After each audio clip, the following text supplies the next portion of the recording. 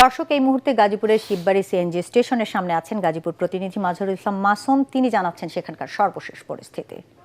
মহেশখালীতে LNG ভাসমান টার্মিনালের ত্রুটির কারণে দীর্ঘ 27 দিন পর একদিন গ্যাস সরবরাহ স্বাভাবিক অবস্থায় ফেরার পর স্বস্তি ফিরলেও পুনরায় আবার সেই সংকট দেখা দিয়েছে। তীব্র আকার ধারণ করেছে এই সংকট।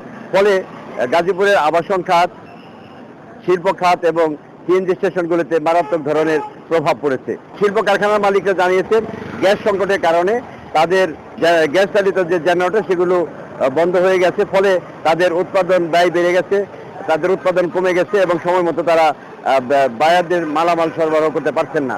এই গ্যাস সংকট নিরসনে জনসাধারণ সরকারের হস্তক্ষেপ কামনা করছেন, যাতে করে এই গ্যাস সংকটটি দ্রুত সমাধান হয়ে যায়। এই ছিল আমার কাছে গাজীপুরে তীব্র গ্যাস সংকটের কারণে শিল্প, আবাসন এবং সিএনজি স্টেশনগুলোতে যে মারাত্মক প্রভাব পড়েছে তার সর্বশেষ খবর।